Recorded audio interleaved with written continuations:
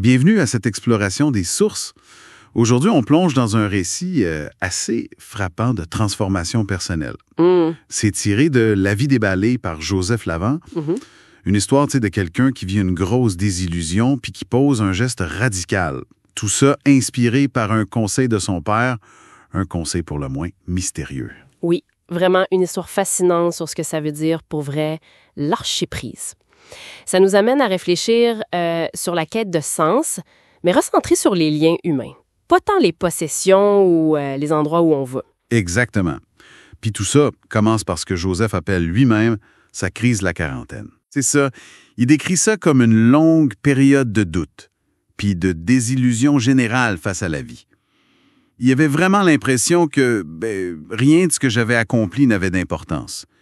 Puis même que rien dans l'avenir n'en aurait non plus. Ouf! Il se sentait juste fatigué, désillusionné. C'est lourd comme état psychologique, hein? Ce vide existentiel-là. Puis son père, que Joseph décrit comme quelqu'un de perspicace, Oui. il sent tout de suite ce malaise-là, juste dans une conversation autour d'un café. C'est fou, pareil. Puis là, face à la détresse de son fils qui lui dit que tout était en désordre, la réponse du père est, déconcertante. Il dit « Alors, lâche tout. » Juste comme ça? Ouais. Joseph demande comme « Tout quoi? Ma job, ma maison. » Puis le père répète juste « Tout. » Wow. Joseph avoue même avoir pensé « facile à dire pour toi », à son stade de vie. Ben oui, c'est tellement direct, presque, provocateur comme conseil. On se demande si ça aide vraiment sur le coup.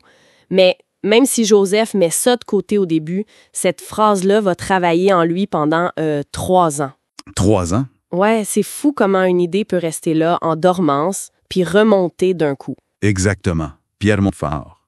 Un samedi matin, genre obsédé par cette idée, il pense à l'action, de façon complètement impulsive. Ah ouais? Qu'est-ce qu'il fait? Il appelle une œuvre de charité, puis il donne tout ce qu'il y avait dans sa maison. Tout? Ben presque. Sauf ses vêtements, son ordi, puis quelques articles de toilette. Mais le reste, parti. Ensuite, il démissionne de sa job, dit bye à ses amis, puis il prend la route. OK, là, Il l'a fait. Il a définitivement tout lâché. c'est extrême comme geste. Une rupture totale. On sent la volonté de couper avec le passé, mais en même temps, ça ouvre la porte à une vulnérabilité immense, j'imagine. Se retrouver sans rien, sans plan. Mais oui, puis la réalité le rattrape assez vite. Sur la route, proche d'une autoroute, là c'est la panique. Oh non. Il réalise qu'il a aucune idée de quelle direction prendre, aucune idée d'où aller. Complètement perdu, fâché, en pleurs, il rappelle son père, presque pour lui reprocher, Et là, c'est le deuxième moment clé, j'imagine, la réaction du père. Exactement. Au lieu de paniquer avec lui ou de le plaindre, son père rit. Et il rit. Oui, puis il lui dit « Tu ne comprends toujours pas, n'est-ce pas?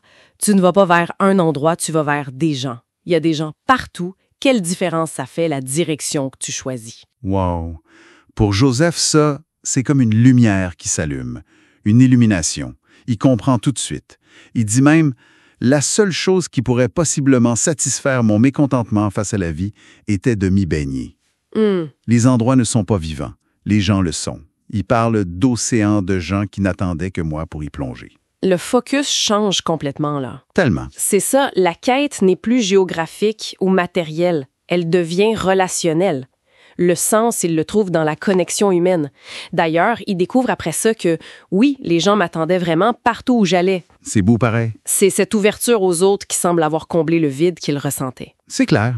Mais Joseph est le premier à dire, puis c'est important, que son parcours est radical. C'est pas un modèle à copier direct pour tout le monde. Non, c'est sûr.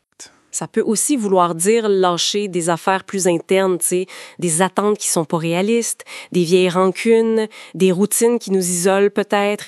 L'idée, c'est de se libérer pour mieux voir puis apprécier les connexions humaines qui, comme il le dit si bien, sont souvent déjà autour d'elle, déjà là. Donc, le cœur de l'histoire de Joseph Lavant, c'est vraiment cette découverte que le vrai sens, la vraie richesse, ça se trouve moins dans ce qu'on a, où on va, que dans les liens qu'on crée, qu'on entretient avec les autres. Tout à fait. Puis ça nous laisse avec une question intéressante, je trouve, pour chacune d'entre nous. Qu'est-ce qu'il faudrait peut-être lâcher?